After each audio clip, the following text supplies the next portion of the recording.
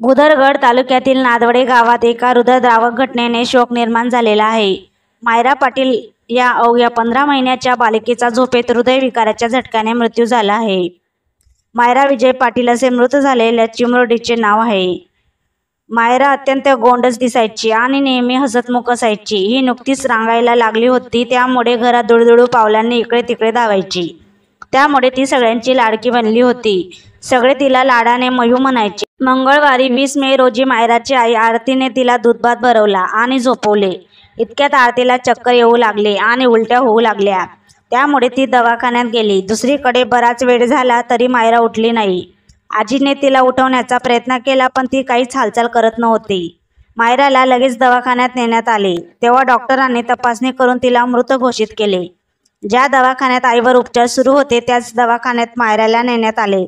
पण मायलेकीची शेवटची भेट झालीच नाही. आपली मुलगी या जगात नाही हे तिच्या आईला माहितीही नव्हते. अचानक झालेल्या मायराच्या निधनामुळे कुटुंबियांना मोठा धक्का बसला असून त्यांच्यावर दुःखाचा डोंगर कोसळला आहे.